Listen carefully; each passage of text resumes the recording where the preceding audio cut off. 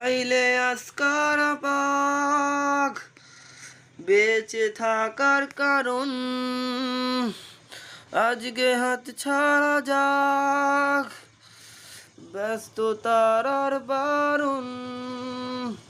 লিখব তোমার সাথে আমি আমার জীবন আমি তোমার কাছে রাখবো আজ মনের কথা হাজার দিয়ে তোমার কাজল আঁকবো আজ মনের কথা হাজার তুমি বৃষ্টি হয়ে নামলে তুমি বৃষ্টি হয়ে নামলে আর কমলো চিন্তা আমার